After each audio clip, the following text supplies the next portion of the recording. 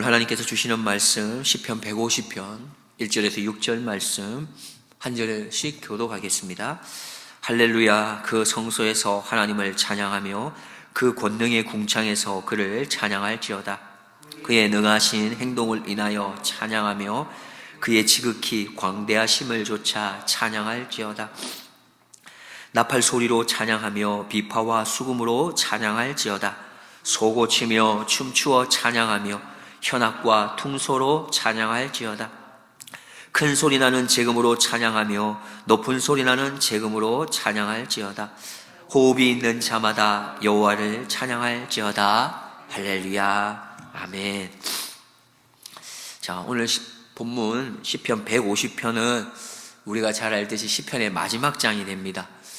시편의 많은 내용들을 보면 때로는 시편의 기자가 탄식하는 내용을 우리가 보기도 하고요, 또 눈물의 고백들을 보기도 합니다. 그리고 너무 힘들고 어려워서 절망 가운데서 부르짖게 되는 그런 우리가 시편의 내용을 보게 되는데요, 그 모든 여정을 마치면서 오늘 시편 기자는 이렇게 마무리하고 있습니다.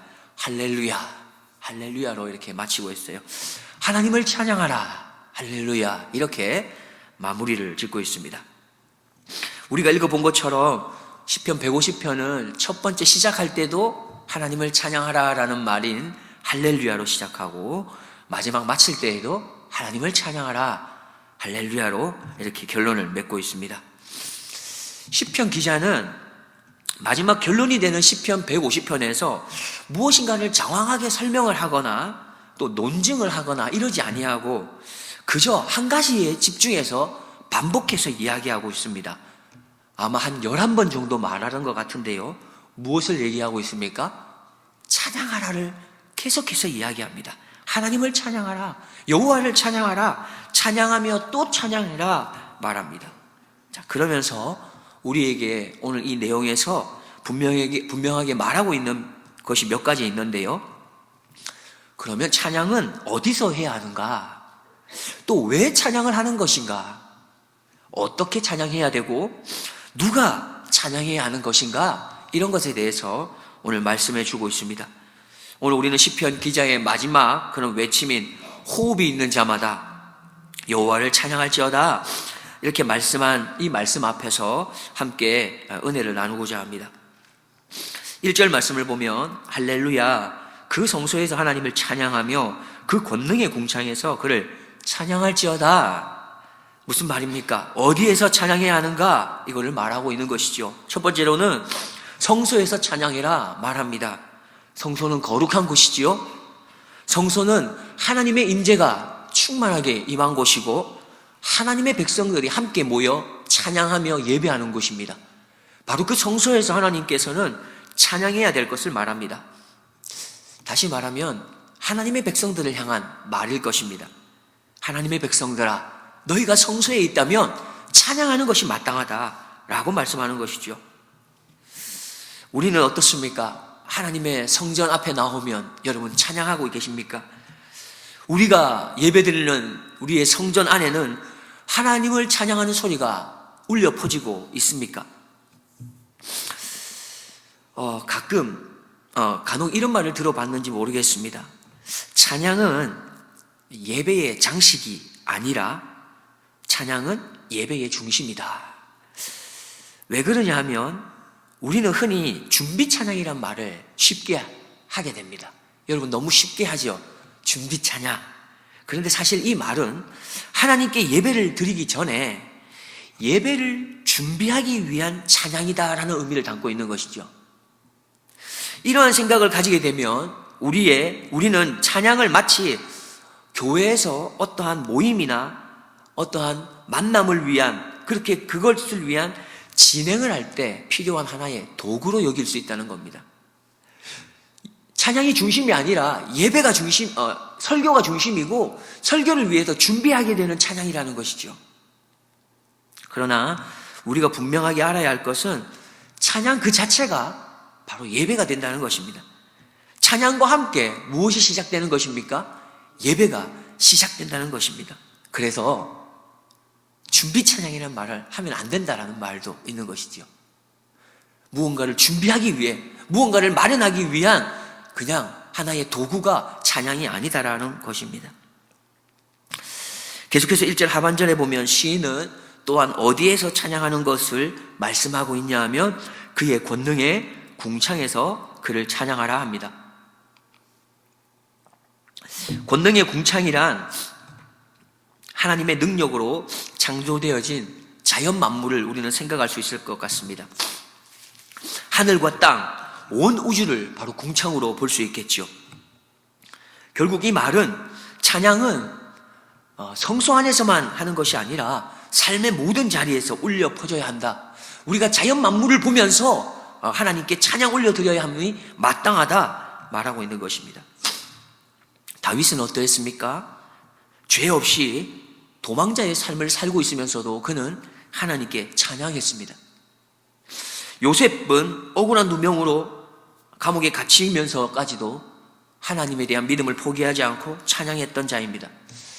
사도 바울은 어떻습니까? 복음을 위해서 얼마나 헌신했습니까? 그런데 그에게 찾아왔던 것은 여러 가지 매맞고 옥에 갇히는 일이었죠. 그러나 그는 감옥에서 찬양했습니다. 사도행전 16장 25절에 밤중쯤 되어 바울과 실라가 기도하고 하나님을 찬미하며 죄수들이 듣더라 했습니다. 우리는 기억해야 합니다. 이 찬양이라는 것이 환경에 따라서 나타나는 결과가 아니라는 것입니다. 환경이 좋으면 찬양하고 좋은 일이 있고 기쁜 일이 있으면 찬양하는 이런 것이 아니라 찬양은 믿음으로 해야 할 선택이라는 것이죠. 마땅히 해야 할 것이 찬양이라는 것입니다. 성도는 그래서 성소에서만 찬양하는 사람이 아니라 어떤 상황에 있든지, 아니 나의 형편이 어떠하든지 하나님을 찬양할 수 있는 사람, 그것이 바로 성도인 것이죠. 그러면 왜 우리는 성소에서도 찬양해야 하고 모든 상황 속에서 찬양해야 하는 것일까요? 2절 말씀을 보면 이렇습니다. 그의 능하신 행동을 인하여 찬양하며 그의 지극히 광대하심을 조차 찬양할지어다. 우리가 앞에 찬양을 불렀습니다. 그때도 우리가 말했습니다. 주님의 높고 위대하심이라고 우리가 고백하면서 찬양을 했습니다. 우리가 하나님을 찬양할 수 있는 건 여러분들도 아마 찬양하시면서 그런 느낌을 가지고 찬양하셨을 거예요. 내 삶 여정 속에 주님의 높고 위대하심이 있었구나. 정말 주님은 높고 위대한 분이시구나. 이것을 내 마음에 확실히 가지고 있으면 우리는 찬양하지 않을 수 없는 것이죠. 그래서 오늘도 말하지 않습니까? 그 하나님의 능하신 행동 인해서 우리는 찬양할 수밖에 없고 그의 지극히 광대하심을 좇아서 우리는 찬양할 수밖에 없다. 그렇게 말하고 있는 겁니다. 그런데 여기에서 우리가 한 걸음 더 나아가야 할 것이 있습니다.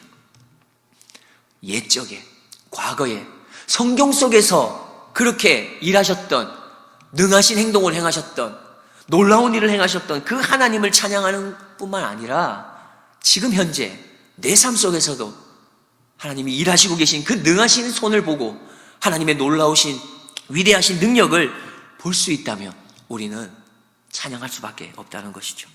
그래서 하나님의 하시는 그 일을 눈으로 본 사람은, 또 하나님이 하시는 그 손길을 경험한 사람은 찬양하지 않을 수 없고 침묵할 수가 없다는 것입니다. 우리는 지금도 하나님의 일하심을 보고 있습니까? 우리의 삶 속에 하나님의 능하신 행동을 경험하면서 그렇게 살아가고 계십니까?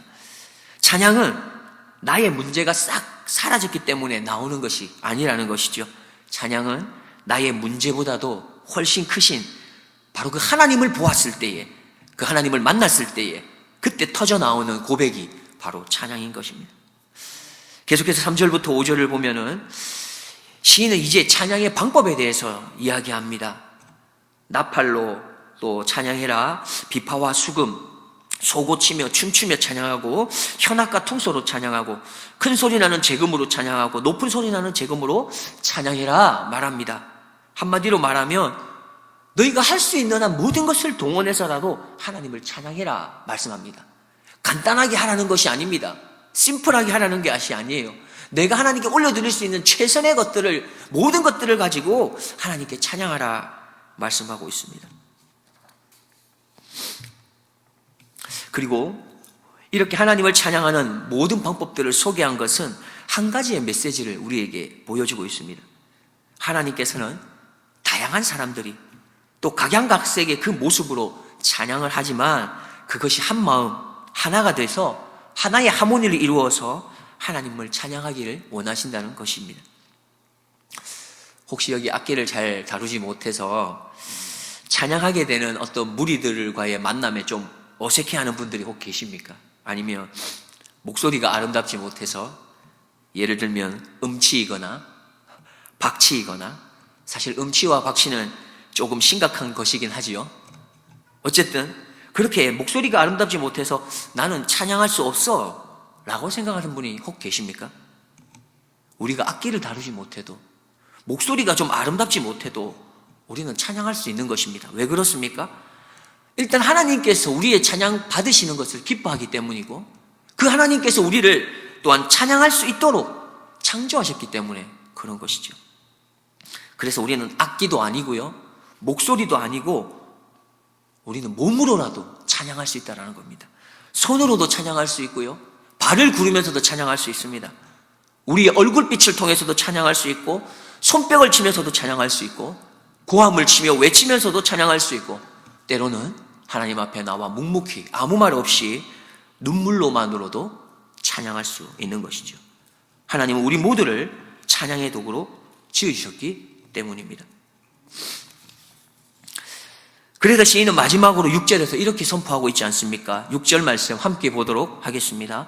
호흡이 있는 자마다 여호와를 찬양할지어다. 할렐루야. 호흡이 있는 자마다 여호와를 찬양하라 말합니다. 호흡이 있다는 것은 하나님께서 생명을 불어넣었다는 뜻이죠.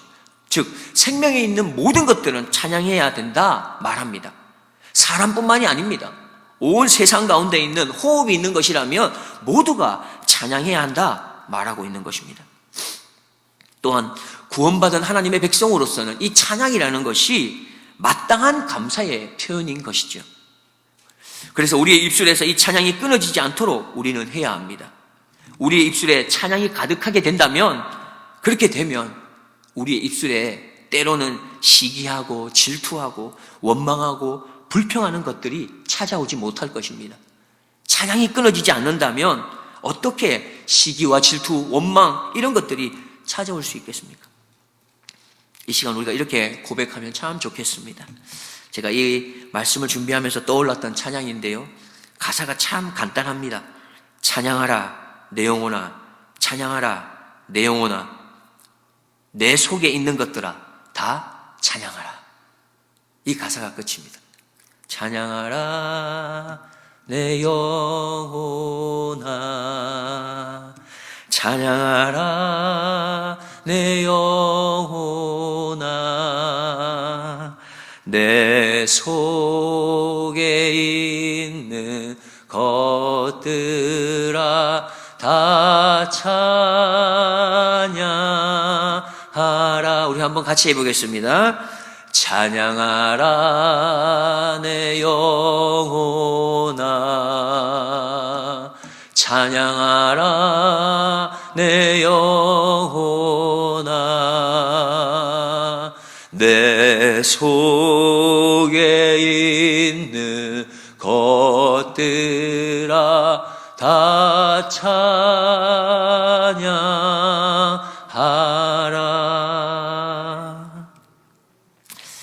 우리 사랑하는 성도 여러분, 오늘도 우리가 호흡하고 있다면 오늘도 하나님을 찬양할 만한 이유가 충분하다는 것입니다.